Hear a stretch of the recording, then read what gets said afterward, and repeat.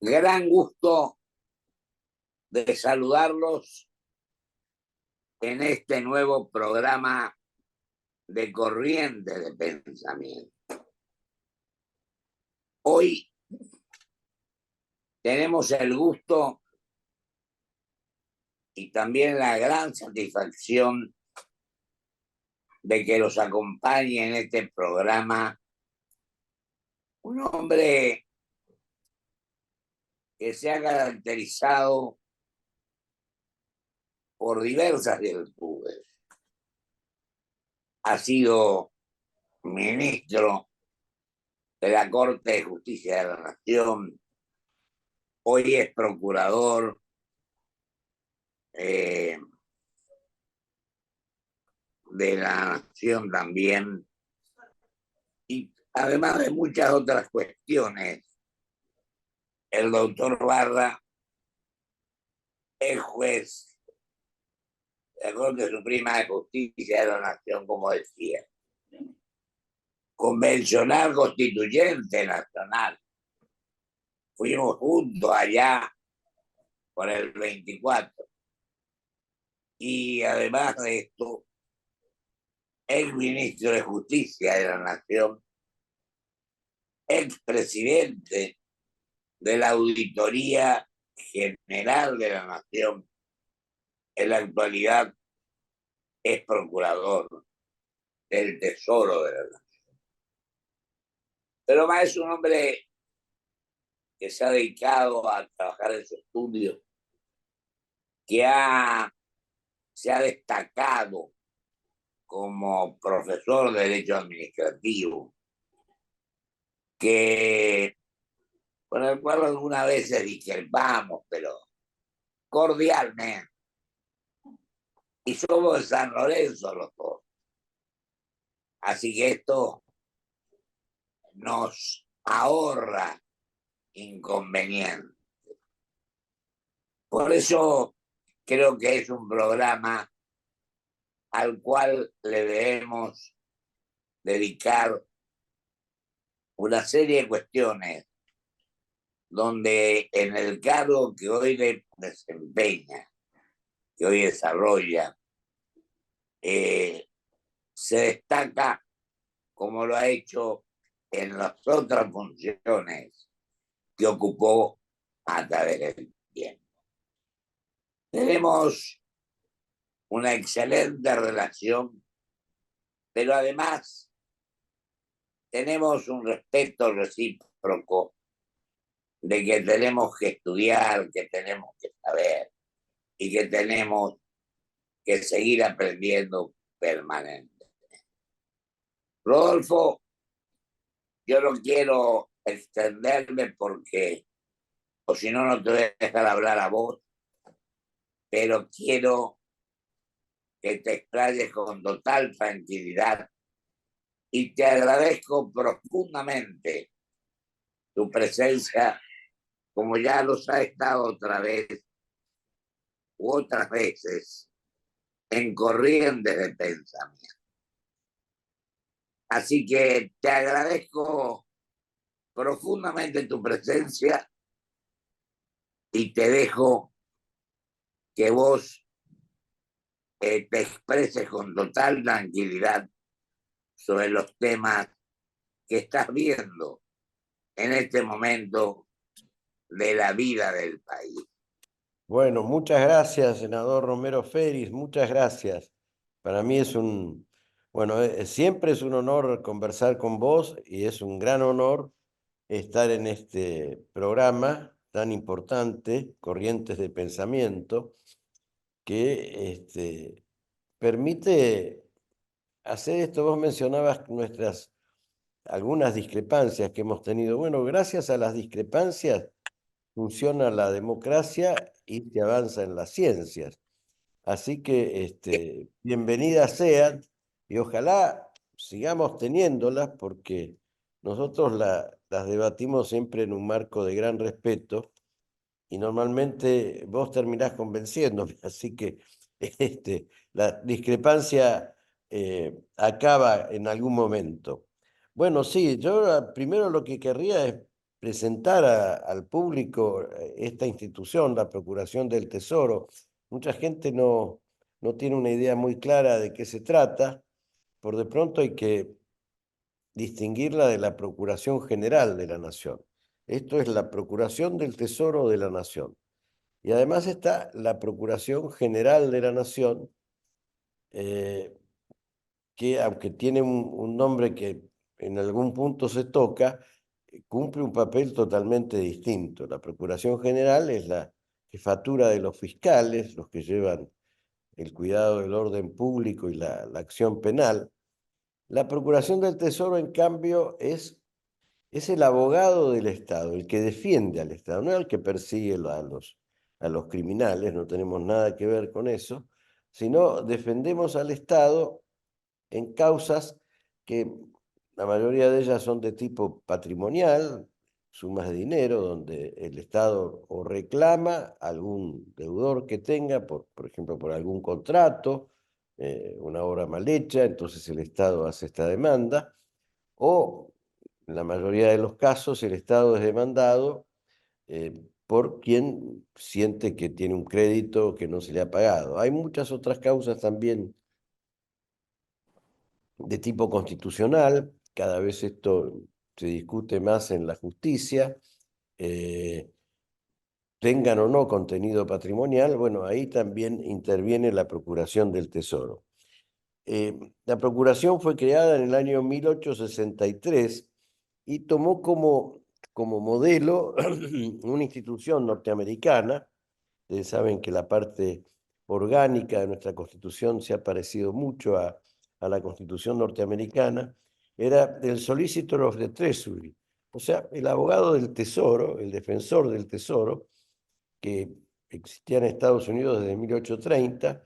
Bueno, en 1863, cuando comenzó ya a instalarse y a estructurarse todo la arquitectura organizativa de la Constitución de 1853-1860, también empieza a funcionar la Procuración del Tesoro de la Nación. El primer procurador fue el doctor Ramón Ferreira, un gran jurista de la época. Fueron procuradores del Tesoro dos presidentes de la Nación, para que tengamos en cuenta la importancia que tiene, José Evaristo Uriburu y Victorino de la Plaza. Claro. Sus nombres ya son instituciones por sí mismas. Hemos tenido grandes juristas como procurador del Tesoro. Pongo como ejemplo siempre a don Miguel Marienhoff, que fue además mi maestro en Derecho Administrativo, el maestro de todos los administrativistas de mi generación.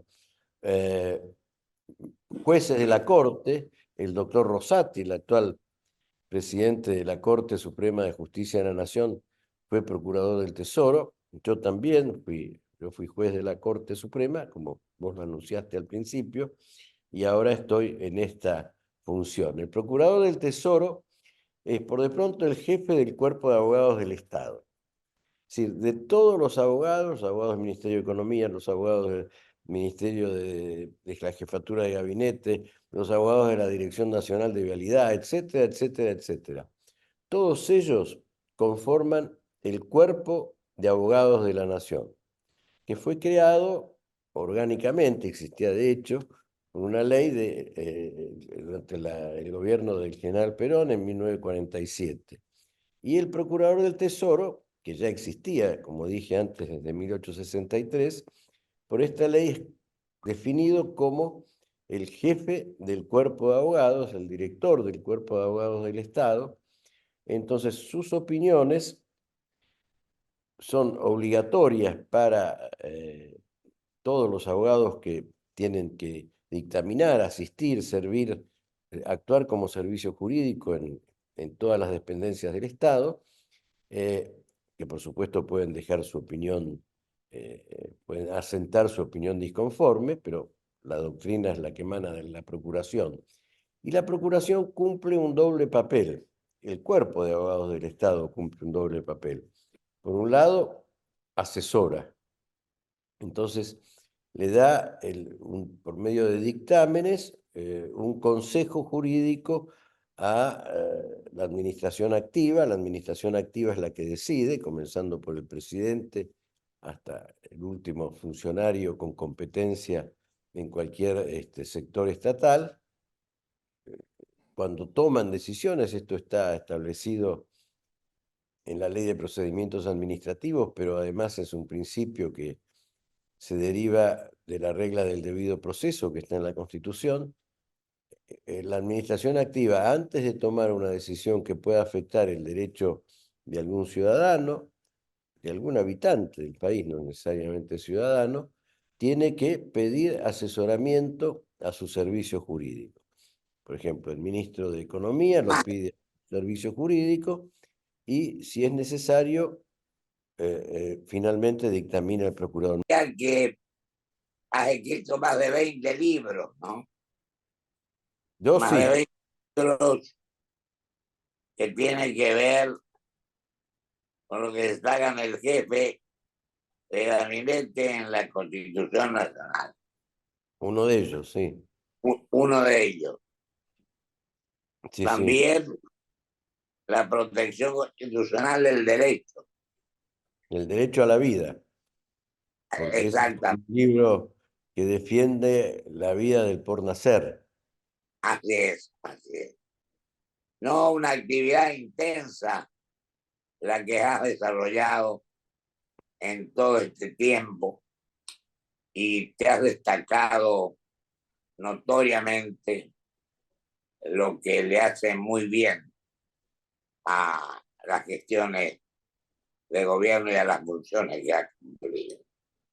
Por eso me siento muy a gusto de que hoy tengamos el gusto de tenerte en Corriente de Pensamiento, que llevamos 23 años de gestión y la verdad es que nos sentimos halagados de tener funcionarios de tu envergadura, de tu conocimiento, de tu dedicación, con la fuerza y con las convicciones que le asignás a la tarea que llevas a cabo.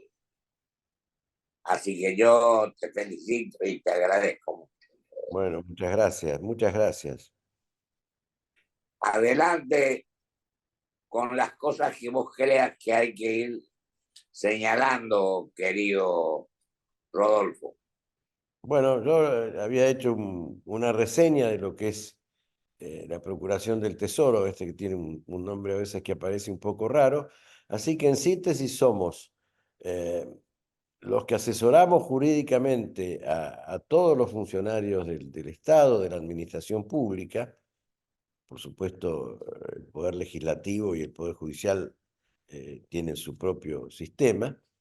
Y somos los que defendemos, eh, sobre todo desde el punto de vista patrimonial, al Estado. Y bueno, yo comencé la gestión esta en diciembre. El presidente Milei me honró con la designación en este cargo. Están siendo 7 meses de mucha actividad. Eh, Hay una gran transformación en el sistema jurídico del país, que es la base para que haya una gran transformación en el sistema económico y en el sistema político, Eh, porque nada puede funcionar sin una adecuada infraestructura jurídica. Eh, entonces, en estos 7 meses, por un lado, hemos trabajado con el asesoramiento cuando nos lo han pedido, porque no asesoramos de oficio, nos lo tienen que pedir. Y por otro lado, defendiendo en juicio muchas medidas de gobierno. Están todavía muchas debatidas en el Poder Judicial, lo que es bueno porque esto significa que el sistema funciona.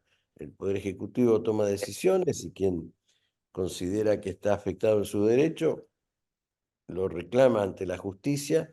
Los jueces resuelven y cuando hay ya una decisión final, lo que decide el Poder Judicial es ley, nadie lo puede discutir y hay que aplicarlo.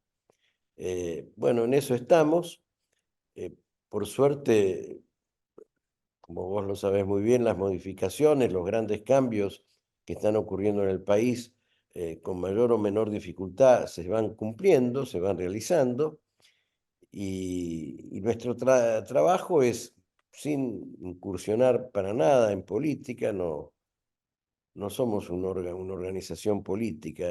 La Procuración del Tesoro es estrictamente profesional. Hay que ver, yo ya por supuesto la conocía de tantos años de ejercicio de la profesión y en la administración pública, siempre tuve contactos con la Procuración del Tesoro. Pero Así es. todavía me he sorprendido más aún desde dentro ver la calidad profesional que tiene. Siempre desde el punto de vista jurídico, ¿no? Totalmente, muy importante. Ahora, Eh, sí. ¿cómo crees que esto se va manifestando, se va produciendo y con los meses que llevan en esta función?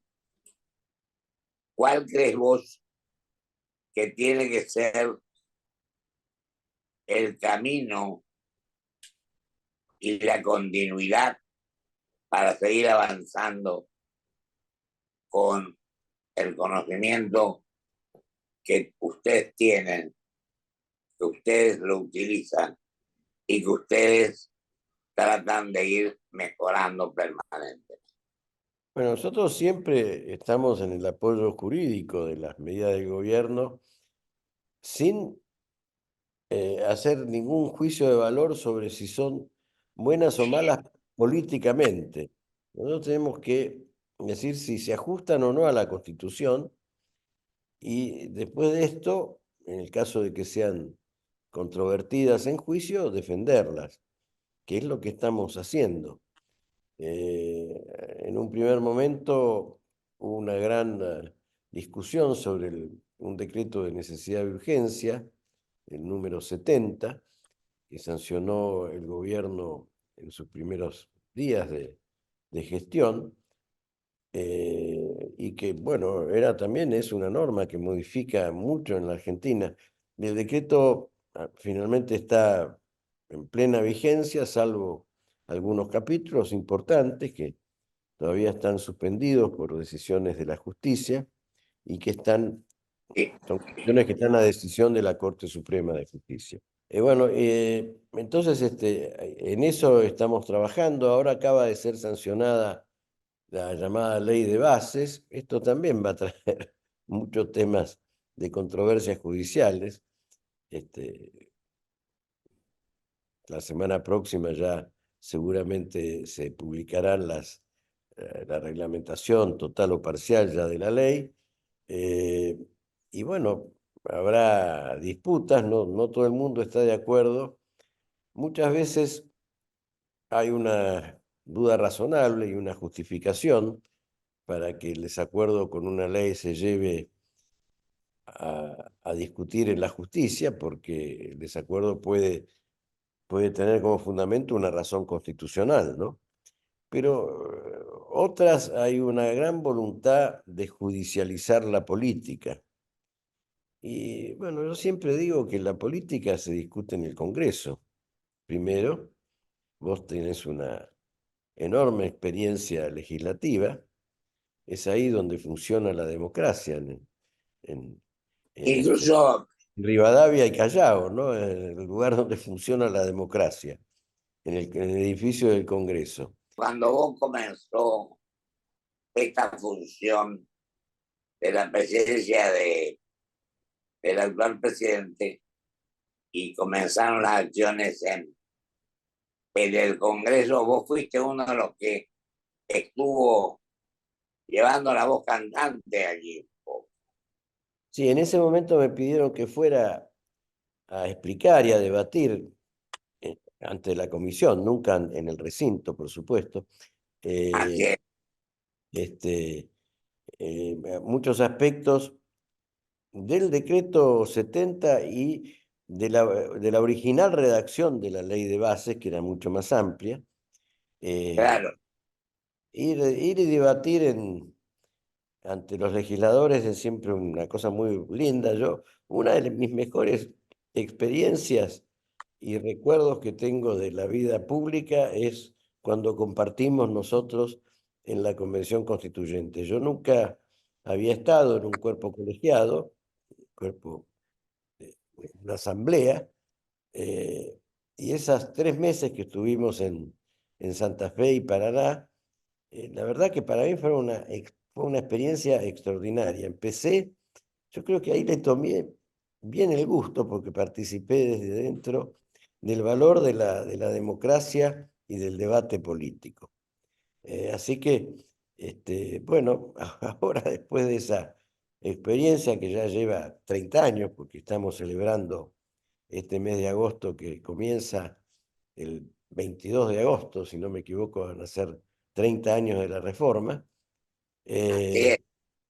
Eh, entonces, bueno, esos 30 años, esa experiencia que viví hace 30 años atrás me han servido, por supuesto, de mucho. Vos estuviste en la convención, sabés lo bien que se trabajó allí, la armonía que hubo entre todos los convencionales de distintos partidos. Así es. La Constitución fue votada por unanimidad. Esto es fantástico. Finalmente fue votada Hable, por al comienzo parecía que iban a haber diferencias sustanciales Así es. de que que la reforma. Y al final terminamos votando todos. Terminamos Hubo votando todos y había posturas políticas muy diversas. Pensemos que estaba desde sectores más hacia la derecha, como el Modín en aquel entonces, o más hacia la izquierda, el Frente Amplio, ¿no? Y bueno, pero sin embargo, las cuestiones sustanciales hubo acuerdo, hubo un trato de total respeto, nunca se quebró la armonía, salvo un retiro de unos pocos convencionales al inicio. ¿Te recordás cuando se discutía el estatuto de funcionamiento, el reglamento de funcionamiento del cuerpo? eh, y el problema de su vinculación con el núcleo de coincidencias básicas, y hubo unos diputados del Frente Amplio que se fueron, entre ellos estaba Monseñor, ¿cómo se llamaba? El obispo del sur, no me puedo acordar ahora, que yo tuve un debate con él. Bueno, pero que fue muy interesante. Eh, y fueron terminó, debates. sí, digo que y terminó con una gran armonía, como digo, con el voto unánime. Si uno Así piensa es. en las otras experiencias constitucionales de nuestro país, esta es la primera que tuvo esa armonía, porque si pensamos en la de 1853 y su reforma de 1860, las dos fueron fruto de una guerra civil, donde Así es. hubo vencedores y vencidos. Eh, o sea que una gran constitución, pero tenía una marquita mala de origen. Después tuvimos la experiencia de la Constitución del 49, que no fue Sí, aceptada por la mitad del país. Y la discusión si la ley declarativa de la reforma, de la necesidad de la reforma, debía ser votada con los 2/3 de los presentes, en diputados y en Senado, o de los 2/3 del total de diputados y senadores. Bueno, ahí ya fue manca, no hubo este, asistencia de la oposición a la convención, y bueno, no tuvo suerte, en definitiva. Es una constitución también, una constitución social muy importante, pero que murió a los pocos tiempos, fue derogada por un bando militar que buscó otra reforma, pero también fallida, porque el peronismo estaba proscripto, no pudo funcionar, terminó con la sanción de la solo el que conocemos como artículo 14 bis, que El nosotros, 14. como es un artículo muy importante en materia social, nosotros como homenaje a eso, ¿te acordás vos? Que lo hablamos en la convención, le mantuvimos esa numeración. Sí, el 14 bis sigue siendo 14 bis. Mantuvimos esa numeración en homenaje a su origen. Y bueno, y llegamos así a 1994, que es la primera, yo creo que es la primera emprendimiento, para decirlo de alguna manera, constitucional, que tuvo el apoyo de todos los sectores, que se llevó a cabo institucionalmente como correspondía, eh, sin conflictos y bajo Y gente de la distintas guía, extracciones. ¿cómo? Que gente de distintas extracciones. Y se nos fue el tiempo, pero tenemos que seguir hablando con mayor amplitud Ah, de esto. bueno, yo soy medio charlatán, ¿no? Me parece que hablé demasiado. Ah, pero magnífica tu exposición. Yo te agradezco mucho y te agradezco tu presencia hoy en Corriente de Pensamiento. Muy Te bien, mando un agradezco abrazo yo. y seguimos hablando de estas cosas Un que abrazo son muy tan fuerte. del país. Un abrazo muy Una, fuerte a todos. Gracias. y muchas gracias, muchas gracias. Gracias. Vamos a un corte y vuelvo con mis conclusiones.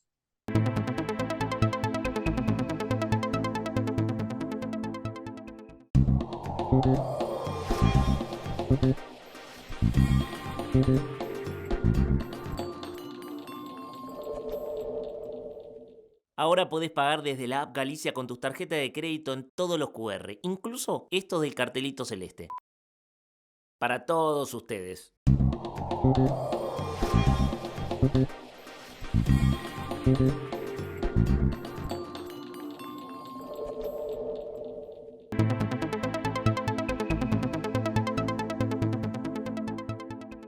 Nos quedamos sin las conclusiones, pero ha sido clara, muy, muy acertado el análisis que ha hecho mi querido amigo el doctor Rodolfo Bajo. Muchísimas gracias. Hasta el próximo programa, si Dios quiere.